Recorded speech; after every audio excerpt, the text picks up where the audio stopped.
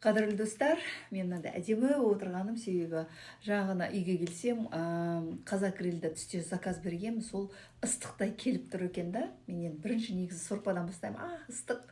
Сорпадан бастаймын себебі енді жалпы сорпа бір ерекше дәмді ғой, сүйекке, қазыға піскен сорпа бір әдемі болады. Ыстық болса да өте дәмді. Міндетті түрде біз енді ұлдарымызбен қайда жүрсек те, мысалға мына қазысы күшті көп екен, жаясын қараңыздар қандай тамаша. Жалпы ойлаймын да, қайда жүрсем де қазақ негізі осы ет тамақсыз қиын ғой өмірді елестетті. Сол себептен менің ұлдарым шүкір отбасымызда барлығымыз ет тамақты жақсы көреміз, өйткені мамам керемет әзірлейді.